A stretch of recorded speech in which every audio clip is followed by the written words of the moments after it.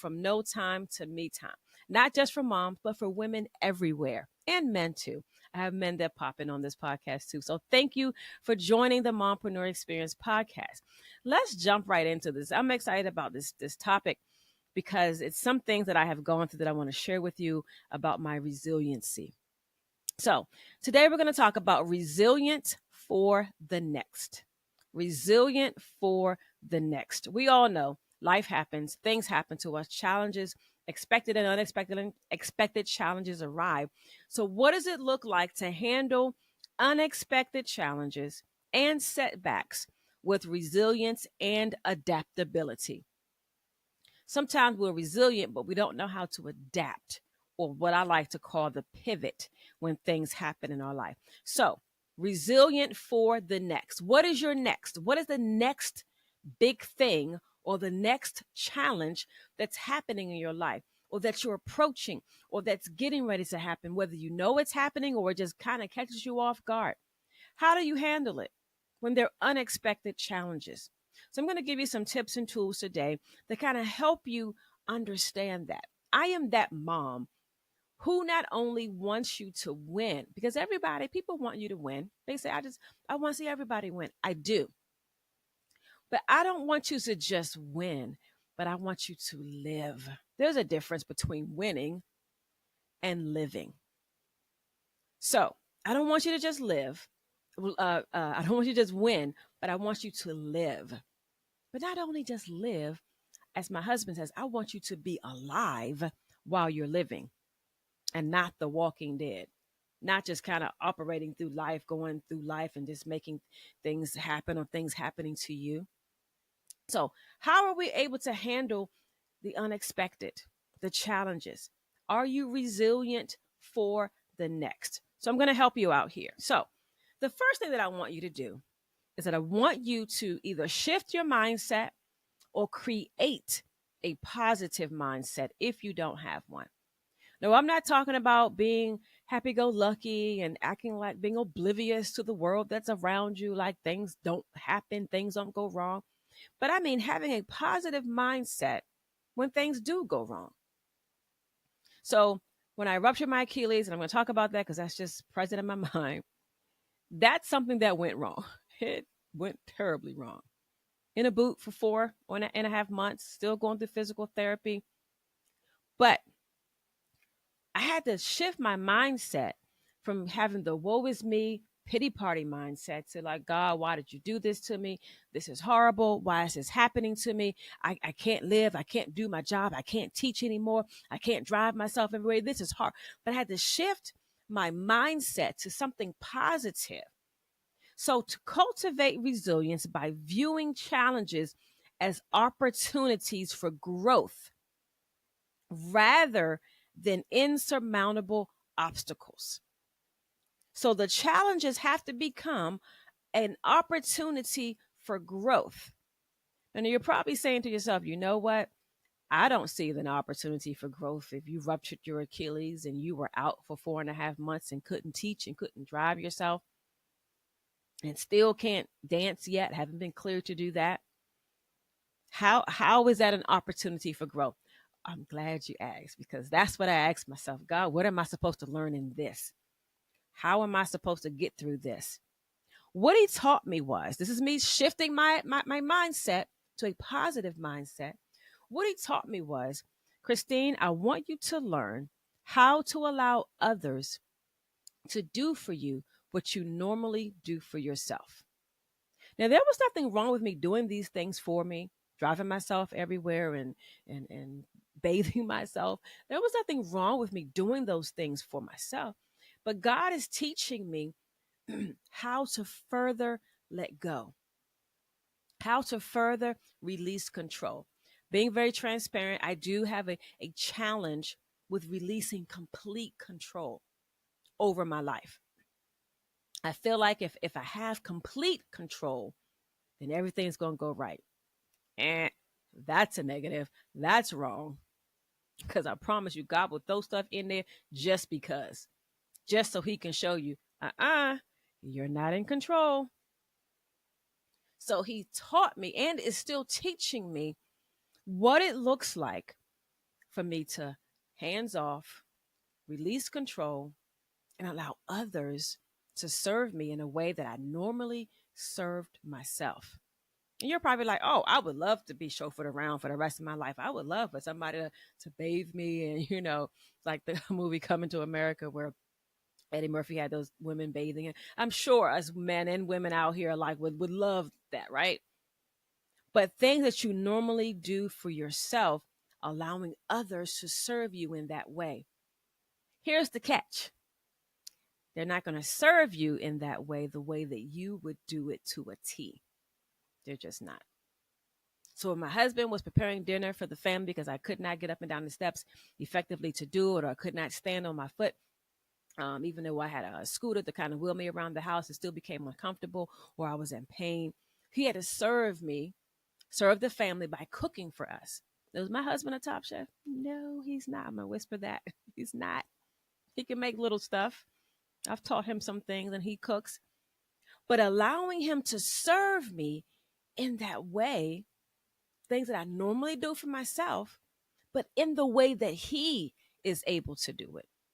Here we go, shifting that mindset. That was a way for me to become resilient in the next. Resilient in the fact that although I cannot do this thing for myself right now, I am allowing someone else to do it for me and to serve me in this way, in the way that they can do it. Not expecting him to do it the exact way that I do it, washing clothes and folding clothes and putting them away and helping homeschool our child. There is no way that I should even think about expecting him to do it the exact way. But I had to build up my resilience for the next. So that's what God taught me. That's what it looked like to change my mindset. Adopting a positive outlook can help you navigate unexpected setbacks. And that's what I had to do. That was an unexpected setback in my life, in my whole family's life for that matter. And we all had to learn how to navigate it. And we had to do it with determination and optimism. So, resilient for the next. Are you resilient for your next? Or are you going to crumble under the challenge? Are you going to crumble under the setback? So we have to maintain a positive mindset. The next thing, we have to develop problem solving skills. And you're probably like, oh, I'm good at problem solving. I can solve it. Here's a thought for you. Approach challenges with a solution oriented mindset. Not just going in complaining about it, but what can we do to make it better? My husband and I, we call ourselves solutionists. When our children give us challenges, when my dad gives us challenges, okay, here's the challenge. How are we going to solve that? First of all, we're going to pray about it. We're going to go to God, not social media. We're not going to blast our issues on social media unless it's a testimony. Let me say that again. We're not going to blast our problems on social media unless it's a testimony. We're not going to drag folk through the mud because they did so and so to us, and now here's our challenge. But we're going to give a positive outlook. Break down any complex problems into smaller ones. So when I was challenged, when I went out from my injury, there was a huge gap. I needed to find an instructor for this class that I didn't have an instructor for. So I had to tap into one of my other instructors who wasn't quite sure she wanted to do it or not. But she saw that there was a need because I opened up my mouth and I communicated, here's my challenge, here's my problem. I can't teach anymore. I'm going to be out for a few months. How can you help me solve this problem? What does it look like for you to help me solve this problem? So then I became the problem solver. I developed a problem solving skill to solve that particular problem. I didn't do it alone though.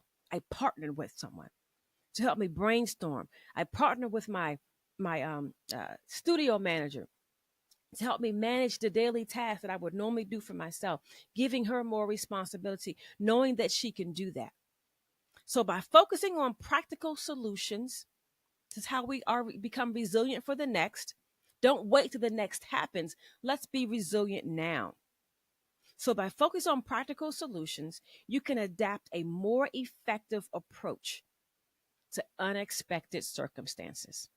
A more effective approach to unexpected circumstances. So when things happen in your life, and they will, Are you resilient enough?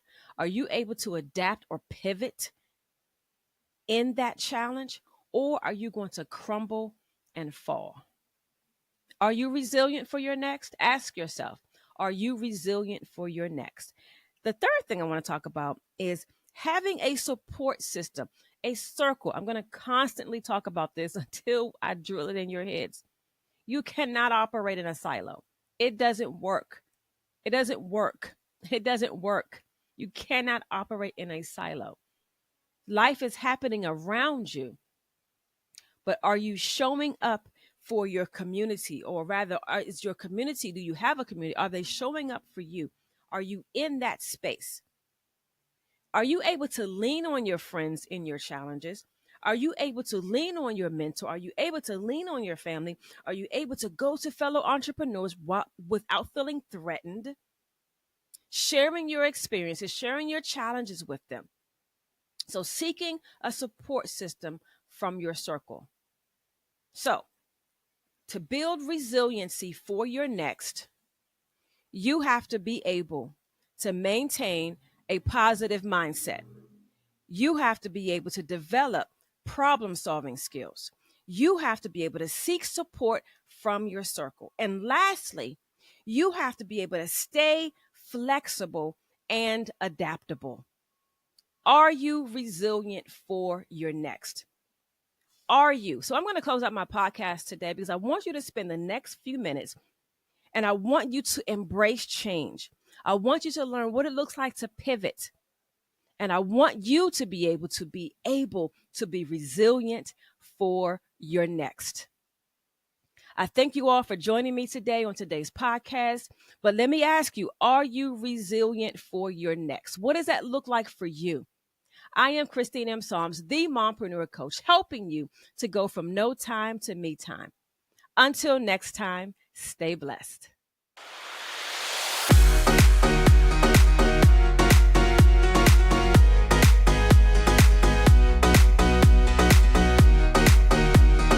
Do you want to be a multi-level mom? That mom who is able to harmonize and balance their life without the burnout, without the mom guilt, without trying to figure out what they should actually give up.